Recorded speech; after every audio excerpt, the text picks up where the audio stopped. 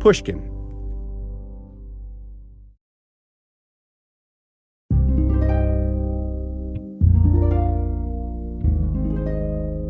Hi, Michael Lewis here, and this is Against the Rules. A big part of sports betting is understanding risk, and recently I spoke to an expert on that topic, Nate Silver. Nate's been on Against the Rules before, talking about probabilities and election forecasts. He's now the author of a new book called On the Edge, and he's also the co-host of a Pushkin podcast called Risky Business, along with writer, psychologist, and professional poker player Maria Konnikova. She's been on our show too. Each week, Maria and Nate get into how to think about risk and decision-making.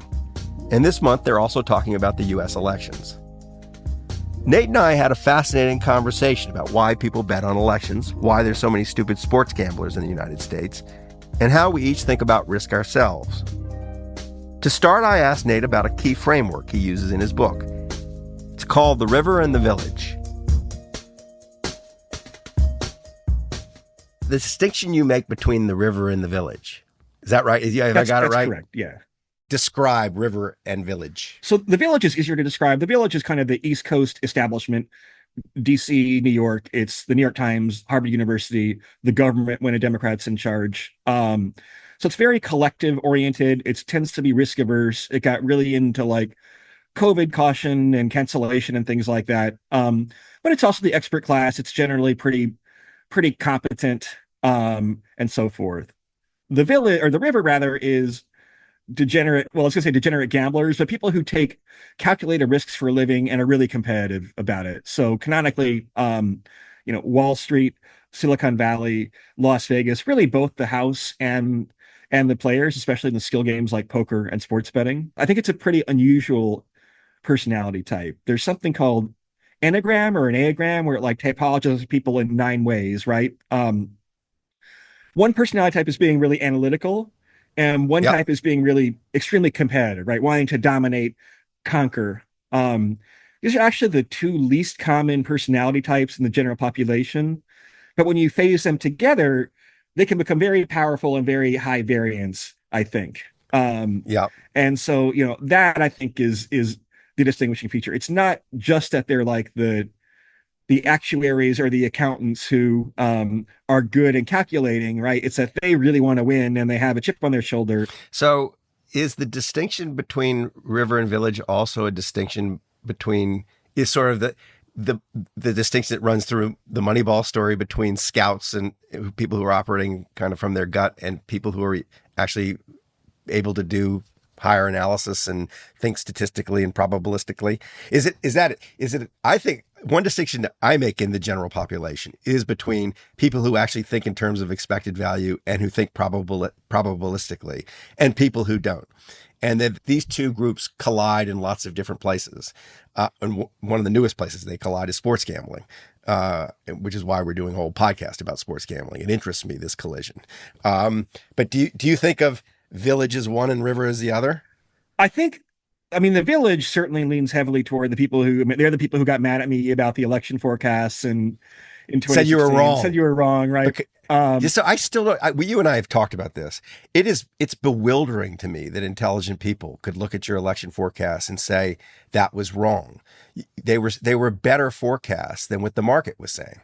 So that's a very Riverian characteristic, though, Mike, is to say that my forecast said 13, the market said 15, therefore my forecast was good, and you want the 30% to happen. Like, that's a very Riverian, or people who understand markets and have had skin in the game in markets understand that, and people in the village just don't, because in the village it's all about looking good to your peers and not trying to beat the system and not trying to outsmart people. It's trying to fit in some ways. So, well, here's a question I've been dying to ask you after I read the book. Do you think that, like, the different characters you dwell on who are inhabitants of the river, do you think, how different are they from one another? And I'll put the question this way. So if I gave you a choice between a successful poker player and a successful sports gambler, who would you rather have manage your money? The poker player. The sports bettors tend to be higher on the degeneracy spectrum. I don't know why exactly. But I'm talking about the successful ones, the ones who have a long and successful track record, so that you would never, they're operating with positive expected value. So not the degenerates. I mean, the sports bettors need a bit more street smarts because there's this whole second side to sports betting of how do you get your money bad or money down good if people think that you're a winning bettor. So as a result, Yep. they are kind of wise guys or sharps a little bit more. And I associate that persona. I mean, Billy Walters in his day before he sobered up was like a crazy partier. Yep. Out party Doyle Brunson and all these people. It's just my anecdotal experience is like you definitely have that type among poker players too, but there are people who can be like a little bit more rules following and play poker. I think Yep. 90% of them are kind of less rule following than the population as a whole, but you have some kids who will like study computer solvers all day, just get a lot of reps in, have very good personal habits, and eke out a living playing poker. Whereas sports bettors, your edge could go away at any time, right? If you are cut off or the market adjusts, at any time you could go from winning to losing, and that mentality I think is rarer and harder in some ways. How do you feel about the sports gambling markets, just generally? Are you a sports gambler? Not at the moment. This is so funny to me because how you start is with baseball, Yeah. right? I mean that if you had the markets that are now available to you the year 2000, you could have made a killing. I think at that point the markets were yeah, not very efficient. Spanky Kirilos, one of the people I talked to, was like, yeah, I used to use Pacoda, and that's when we had like actual real 5 or 6% edges. So I bet the NBA for a year, in the course of writing the book, made a total of 20 or excuse me, $2 million in bets roughly. So you're Mm-hmm. betting basically $10,000 a day, probably five $2,000 bets a day every day of the NBA season for 200 days.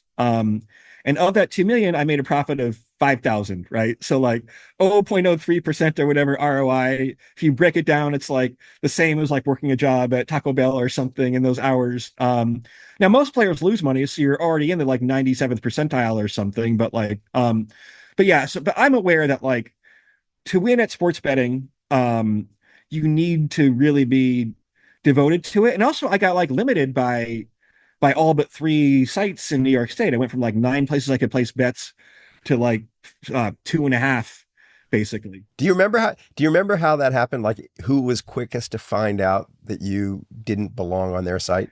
It was MGM, and I was out at a bar with a friend watching the NBA playoffs, and there's like a message on the bottom line screen at ESPN that Chris Middleton, the Bucks' second best player, is out for the next round against Boston, right? And so they were smart enough to like take the line off for the upcoming series, but they weren't smart enough to think about the derivative bets, right?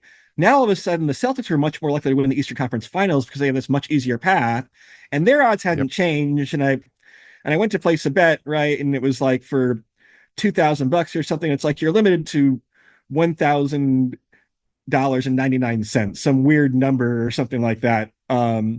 And then I'm like, this must be a mistake, right? And I try doing it again and doing it again. And so yeah, every time it's a little bit heartbreaking because it's like they never like reverse it, right? You can never like appeal to them and say, oh, please let me go. But if you're not trying to cover your tracks, then like MGM and DraftKings in particular seem to have a pretty heavy hand. I can still bet at Caesars, so congrats to them. Yeah. FanDuel, I have some limitations, but can bet reasonable amounts. But yeah, I mean, DraftKings explicitly is like, we do not want winning bettors, Right.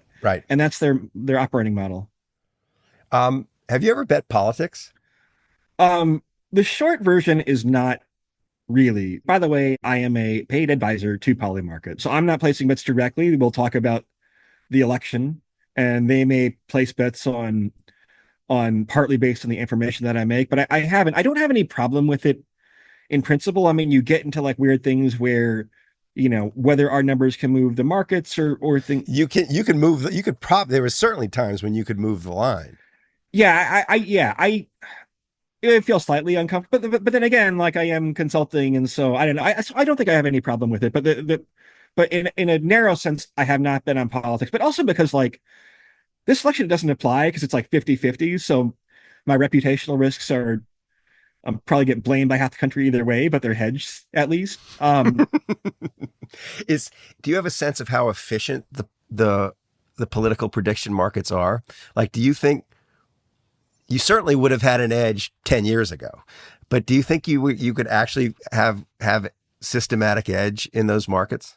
I do, but less than before. So I'll give you a slightly long-winded answer. I mean, so as recently as 2020, there were lots of people willing to bet on Trump at, 8-1 or 10-1 after Trump had already lost, right? Based on extremely implausible theories about the Supreme Court with no real basis, like overturning the results before January 20th. So, Bill Perkins, who I don't know if you know, Bill Perkins is a consummate Riverian. He runs a hedge fund. He plays huge poker games, involved in everything. Wrote a book called Die with Zero, and he consulted like a Supreme Court expert. He's like, "What's the chance that the Supreme Court would actually take up this case?" And the guy was like, zero, or if you want to be very cautious, 1 in 500, 1 in 5,000, and it's selling for 1 in 10, right? And so, yeah, and so the markets aren't that efficient for elections. In fact, I think like for elections, they're less efficient than for almost anything else because you have a lot of dumb money in the pool. You have a lot of um, rich guys and or degenerate whales that have strong convictions about politics and are willing to bet lots of money about a field that they don't necessarily know all that well. Building an election model is a fairly hard problem because of the way that all these results are correlated and so forth to avoid the long-term capital management problems. Now, I do think that like Polymarket has much more liquidity, and the other ones too. Kalshi is now legal in the U.S. So you're seeing much more attention and much more interest, and you're developing maybe more of a professional class of bettors. You're also, I know firsthand, having more interest from Wall Street in trying to calculate political risk because everything is politics nowadays. What happens with the politics of the U.S. election will affect interest rates and will affect policy toward China and will affect lots of sectors of the economy. So, some of these firms are betting directly in markets, some are betting through proxies, whether through cryptocurrency or just trying to say, okay, we think that healthcare stocks would do well if Harris wins, so we'll create a bundle of those. So I think the market's getting quite a bit sharper, but there's a lot of people with strong opinions in politics. I want to ask you a couple of questions that are relevant to how you teach people to think more like Riverians. Some people do it kind of naturally. They think probabilistically. They move through the world probabilistically, but a lot of people just don't. And it's a problem for them. And it's a bigger problem the more opportunities they have to squander their money on in probabilistic circumstances like sports betting. So if you were going to design a course, a short course, to teach people to be Riverian, at what age would you give it, and what would be in it? It would be. Poker is the like archetypal activity of the river in particular, and like the Riverian mindset. And so there'd be a lot of poker, although there are other games like a lot of poker players started playing out Magic the Gathering, which is a game that involves Yep. elements of strategy and randomness. The deck changes from game to game a lot. Yeah, look, you have to have, I know it's a cliche and I'm stealing another author's term, but like you have to have skin in the game at some point because a lot of the times, like, so one of the critiques of the Village is that they don't actually have incentives to be accurate, um, so much as having incentives to please people. An academic paper, its rigorousness or its truthfulness is only kind of loosely correlated with its chance of being published versus like, is it in a hot area of the literature? Does it come to a conclusion that's seen as the right political conclusion in certain fields? And there are people in journalism who are like just really like fixated on I want to have the right answer. I care a lot about the truth. There are also people who aren't, but in poker and sports betting and trading, then you're punished for your sense of bullshit, and you learn that in a very fine-tuned way. Like, what's the long run really look like? I mean, a big part of this is actually estimation. Uh, where can you come to like a pretty good approximation quickly before the market catches up? That's the other thing too about the room. It's a fast moving place. Even sports betting, I didn't realize like you have to make decisions fast, right? Yep. You see some line that looks wrong, and you're like, well, is that because, FanDuel was slow to update, or is because do they have something I don't? Is Patrick Mahomes out for this game or something all of a sudden? And they know that and I don't. And so you have to make these decisions very fast. In trading, you have to make these decisions fast. Um, and and I think that can only be learned through experience and not a pure academic curriculum. So it isn't you put them in the classroom when they're 14 years old and teach them statistics. It's you force them to be a sports bettor or a poker player with their own money on the line, and they learn and they start to associate their bullshit with the price. Uh, and the market tells them when they're wrong. Yeah, one of the sports fans I talked to is named Kelly Stewart, and her parents were kind of partiers, I guess, a little bit, and so they let her play in their poker game one time. They're like, "We're not going easy on you at all. You know what I mean? We're gonna teach you at this early age. I don't know, she was 11 or whatever, what it's like to play poker against people who are better than you, and there's real risk involved here. I mean, do you play poker, Michael? Do you do any of this gambling stuff? So in high school, I had a poker game, and it was almost weekly. And it was with the same guys, kind of six or seven guys, each of whom had a very particular personality. One of whom ended up being um, an Ayn Randian and a gazillionaire hedge fund manager, Okay, yeah. who was actually short subprime mortgages going into the financial crisis. So I got to watch um, different personalities express their risk preferences and thought processes at a poker table. And I was as interested, maybe more interested, in watching how the other people behaved as I was in my own poker hand. But I really like playing. And I tended to win. I just like the Ayn Randian won all the time, or won most of the time. And there was someone on the other end of the spectrum who just was full of all the cognitive vices that Kahneman, Tversky cataloged, plus overconfidence, plus a lot of other stuff. And he would lose all the time. Um, so I played enough to see, to kind of, so yes, but I haven't played as a grown up. No, I haven't played, and I'm not that attracted to gambling. It just doesn't do it for me. I don't know why. I can't, it just doesn't, whatever trigger it triggers in your brain, it doesn't in mine. Whatever pleasure you're getting from it, I don't really get the same pleasure. Partly, I think part of it is when I won in poker, I always felt a little badly for the person whose money I took.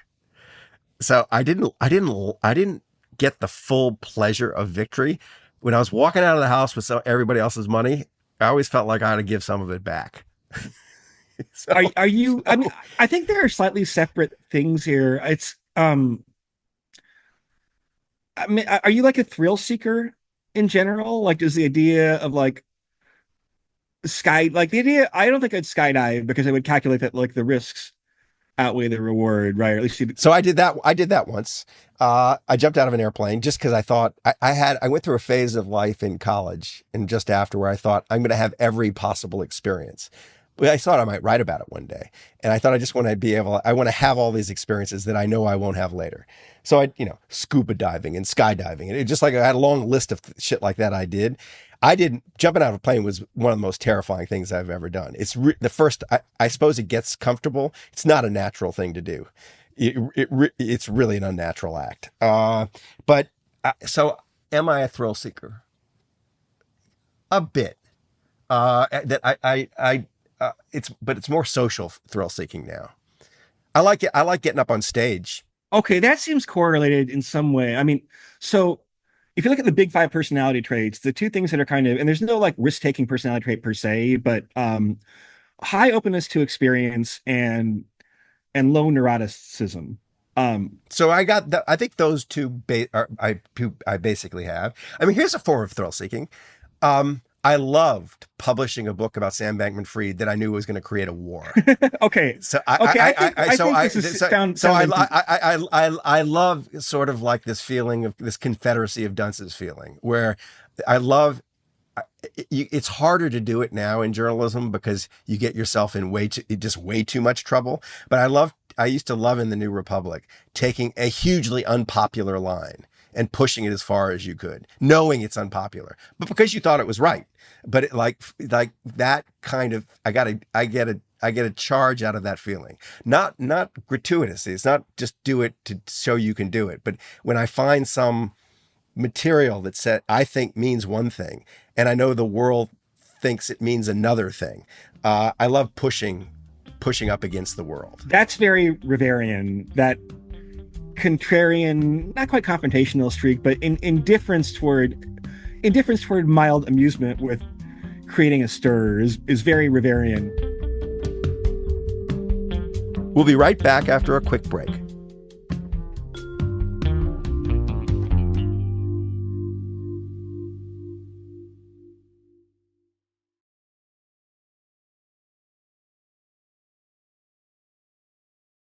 I'm back with Risky Business co-host Nate Silver. So this is a strange question, but if you were to send me off to get myself into the worst expected value, the most negative expected value situation available in gambling markets, where would you send me? I mean, the state lottery is the lowest player payout percentage. In West Virginia, it's something like the government keeps 80% of of the money, and of course, it's a very poor. So play the lottery would be first. Lottery. What comes after that? Horse racing is generally horse race.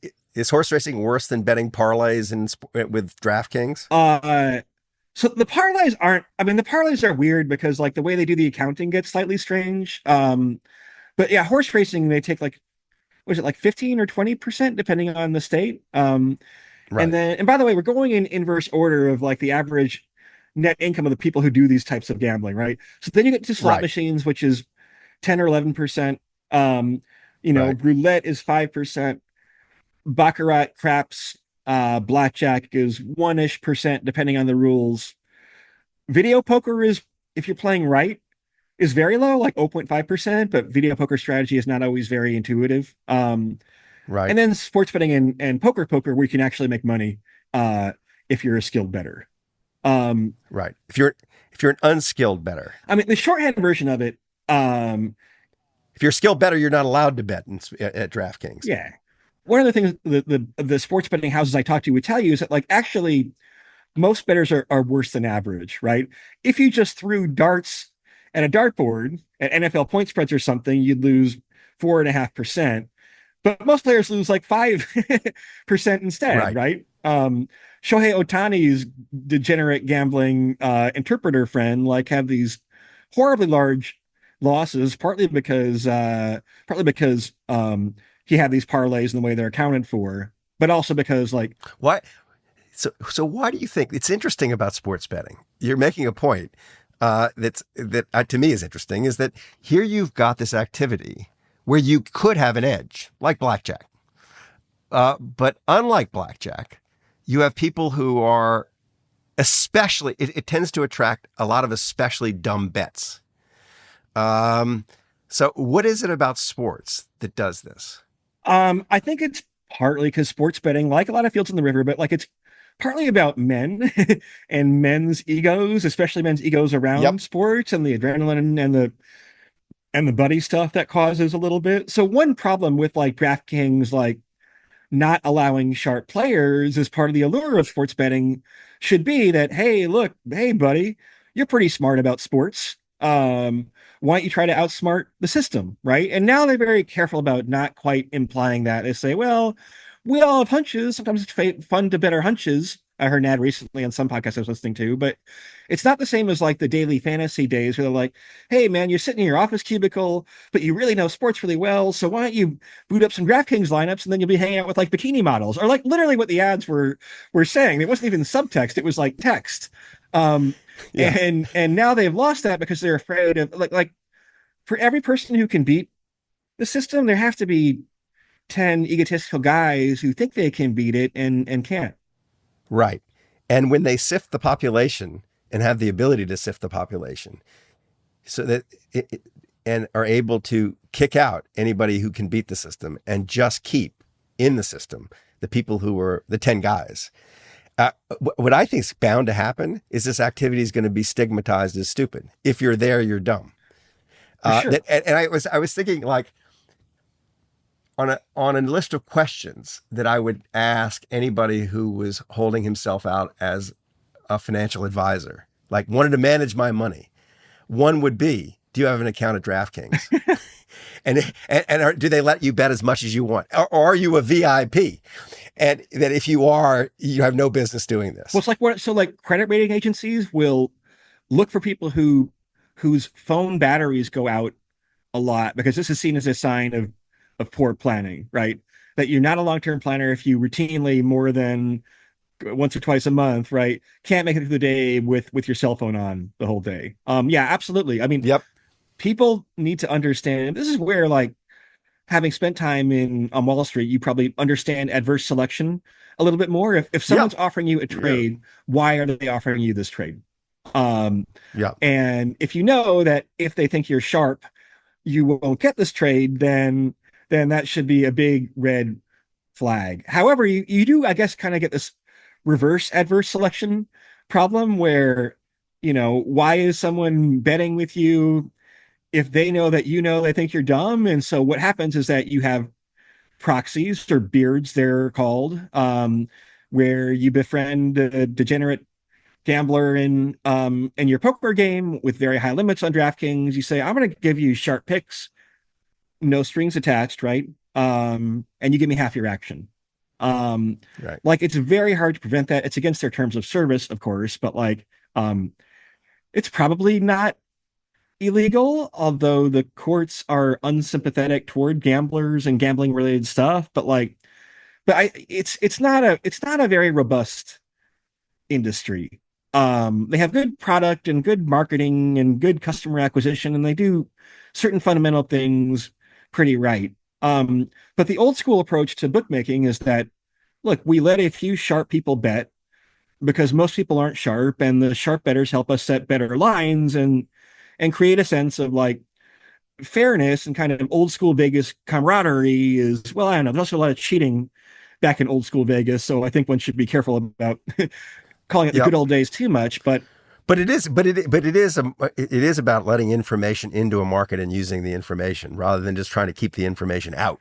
yeah, and they take their 4.5% tax and get like a lot of dumb bettors, and I don't know, maybe they should have a higher vig, and but say, we'll take everybody's bet but have a higher vig. Instead, what happens is, like, some of these sites like Circa actually let everyone bet and have better odds instead. And there have been these sites that are very committed to a fair experience for the gambler, where they set, like, rational limits for every player. The limits are the same for every player, but they're smart about things, right? They don't let you bet on some of the derivative bets that, like, are easy to beat. They don't offer the in-game betting in the middle of the game, where if you're, I mean, there's issues like if you are at a tennis tournament, and you're watching a US Open match, then sometimes you can make bets called court siding before the lines change. They've gotten pretty fast, but like, Right. but there's all types of edges like that people can have, that say you have to beat us fair and square. We're going to set good informed lines, a limited selection of good lines, but we're not going to limit anybody from betting. And people have moved away from that model, unfortunately. Hold that thought. We'll be right back.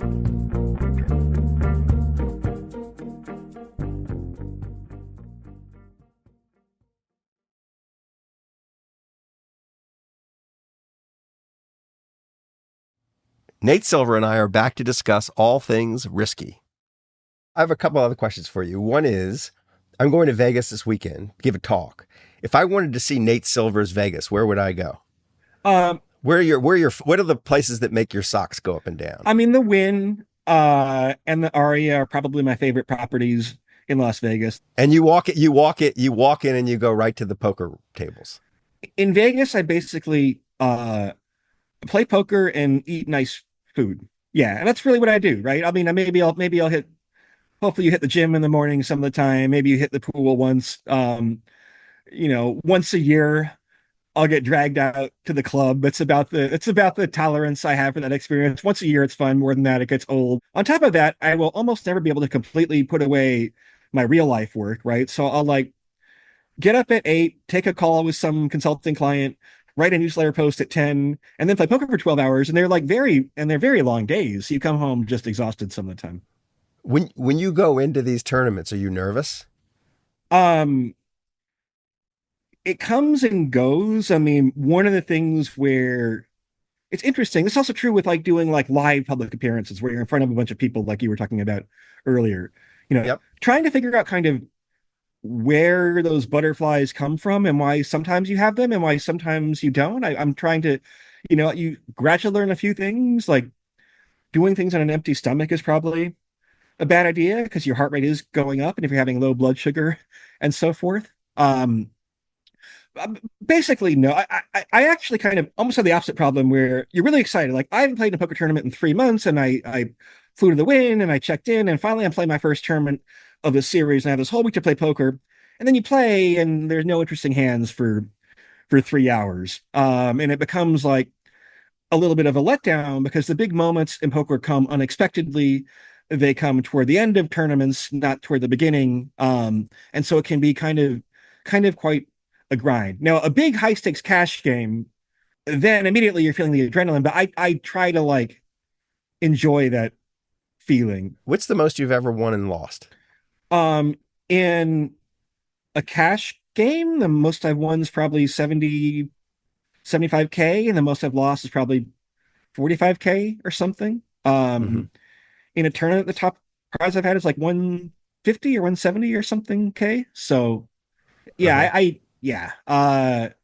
Yeah, that feels fun, man. The feeling where you have a big winning cash session. Because I'm starting to like cash poker better than tournaments where you have a fixed player pool, because that's what you were talking about before in your game in high school or college or what it was. To play against the same people repeatedly is what I think poker is really about, more than the computer solvers, more than the game theory. It's about like the cat and mouse games of who's going to one up one another today. Like that, I find to be like really fun to have this same player pool, people you become friends with, and people that might be very rational in some walks of their life and are just like utterly terrible poker players, or vice versa. Sometimes is enjoyable. It's a really useful window into character watching someone gamble.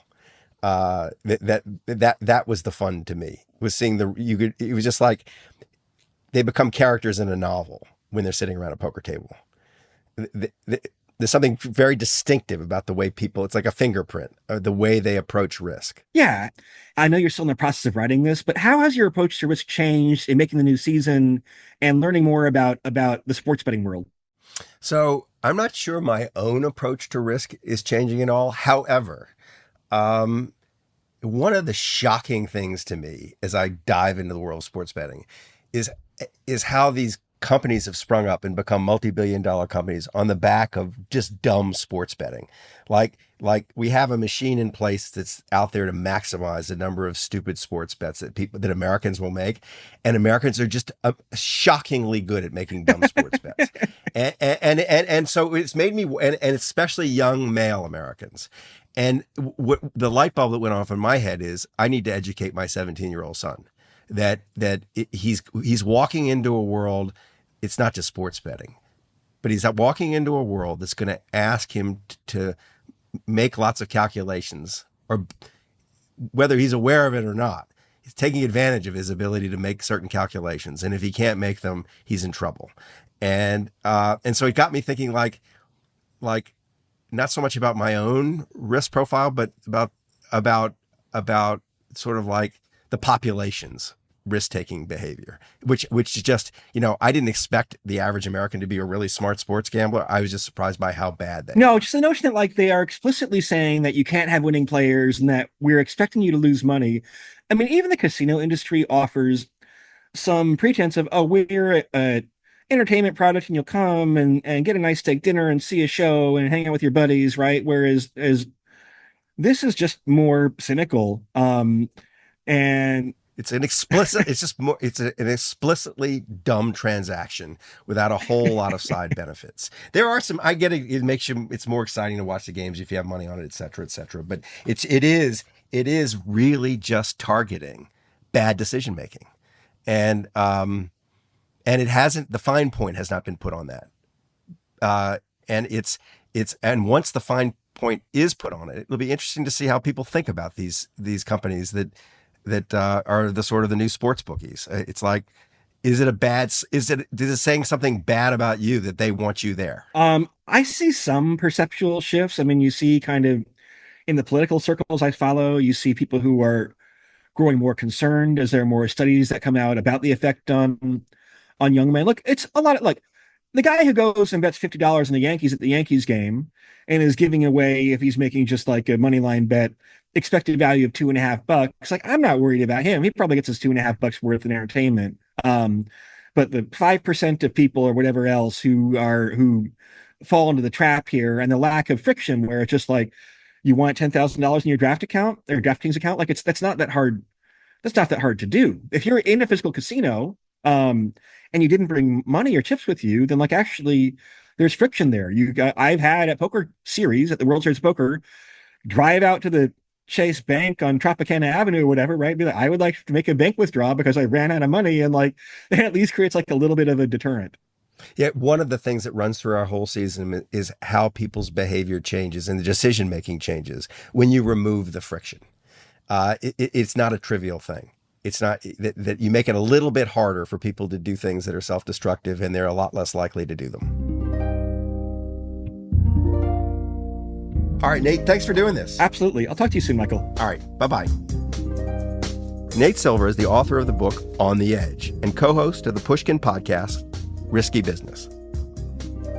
Against the Rules is written and hosted by me, Michael Lewis, and produced by Lydia Jean Cott, Catherine Girardeau, and Ariella Markowitz. Our editor is Julia Barton. Our engineer is Sarah Bruguer. Against the Rules is a production of Pushkin Industries. To find more Pushkin podcasts, listen on the iHeartRadio app, Apple Podcasts, or wherever you listen to podcasts.